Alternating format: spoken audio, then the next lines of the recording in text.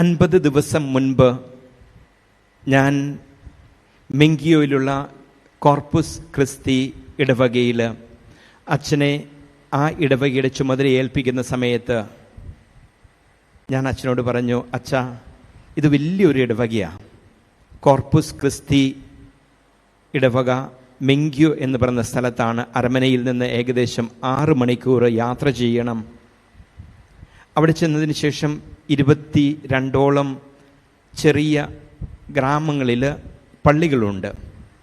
അപ്പം അച്ഛൻ എന്നോട് പറഞ്ഞു, പിതാവേ, നമുക്ക് ഒത്തിരി ഏറെ കാര്യങ്ങൾ ചെയ്തു തീർക്കുവാനുണ്ട്. ഒത്തിരിയേറെ കാര്യങ്ങൾ അവിടെയുള്ള ജനതകൾക്ക് പറഞ്ഞു കൊടുക്കുവാനുണ്ട്. അച്ഛനോട് ഞാൻ പറഞ്ഞു, അച്ഛാ, എല്ലാം ശരിയായിക്കോളും, എല്ലാം ദൈവം നടത്തും, ദൈവത്തിൽ സമർപ്പിച്ച് മുൻപോട്ട് പോകാം. 2 മാസം കഴിയുന്നതിന് മുൻപ് ഇന്ന് ഈ ദേവാലയത്തിൽ അച്ഛൻ്റെ അവസാന തിരുക്കർമ്മങ്ങളിൽ പങ്കെടുക്കുവാനായിട്ട് ഞാൻ ഇങ്ങനെ നിൽക്കുമെന്ന് ഒരിക്കലും ഞാൻ ഓർത്തില്ല.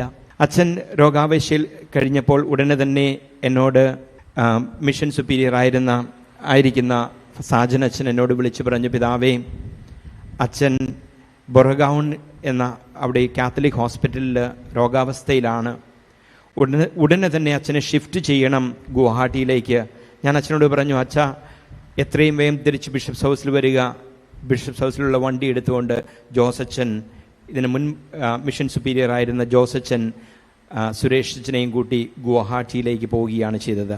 ഗുവാഹട്ടിയിൽ ചെന്ന് അവിടെ 3 ദിവസം ആശുപത്രിയിൽ കഴിഞ്ഞതിന് ശേഷം വീണ്ടും ഡൽഹിയിലുള്ള അപ്പോളോ ഹോസ്പിറ്റലിലേക്ക് അച്ഛനെ കൊണ്ടുപോയി. എല്ലാ ദിവസവും 2-3 തവണയെങ്കിലും ഞാൻ അച്ഛന്മാരുമായിട്ട് ബന്ധപ്പെട്ടുകൊണ്ടിരുന്നു. അച്ഛന് വേണ്ടി ഞങ്ങളുടെ രൂപതയിലുള്ള എല്ലാ അച്ഛന്മാരോടും പ്രാർത്ഥിക്കുവാനും, അച്ഛന്മാരോടും സിസ്റ്റേഴ്സിനോടും അൽമേയരോടും പ്രാർത്ഥിക്കുവാനായിട്ട്, അച്ഛന് വേണ്ടി പ്രാർത്ഥിക്കുവാനായിട്ട് ഞാൻ ആവശ്യപ്പെട്ടു. ഞങ്ങൾ പ്രാർത്ഥിച്ചു. പക്ഷേ ദൈവത്തിൻ്റെ ഹിതം ഇതായിരുന്നു. 33 വർഷം ഈ ലോകത്തിൽ ജീവിച്ച് ആ മകൻ തിരിച്ച് സ്വർഗീയ പിതാവിൻ്റെ അടുക്കിലേക്ക് പോകണമെന്നുള്ളത് സ്വർഗീയ പിതാവിൻ്റെ ആഗ്രഹമായിരുന്നു. മകൻ തിരിച്ചു പോയി. ഇന്ന് നാം ഇവിടെ കൂടിയിരിക്കുന്നത് സുരേഷച്ചനോട് അന്ത്യമൊഴി പറയുവാണ്. സുരേഷച്ച, ഞങ്ങൾ അച്ഛനെ ഓർത്ത് പ്രാർത്ഥിക്കുന്നു.